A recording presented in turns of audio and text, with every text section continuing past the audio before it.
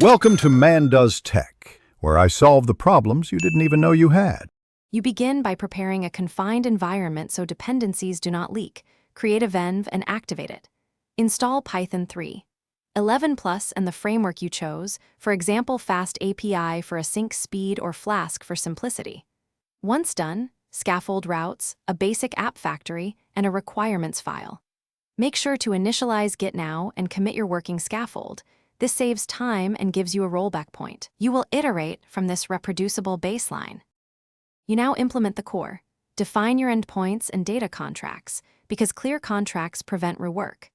Connect an ORM like SQL Alchemy and create migrations with Alembic so schema changes are versioned. Once data is reliable, add caching with Redis and background processing via Celery or RQ to keep requests fast. Make sure to add authentication using JWT or OAuth2 and centralize config. Then write tests that exercise main flows. Automated tests catch regressions before deployment.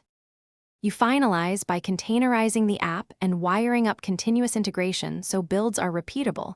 Push images to a registry and deploy with health checks. Once live, add structured logging, metrics, and alerts so you know when performance slips.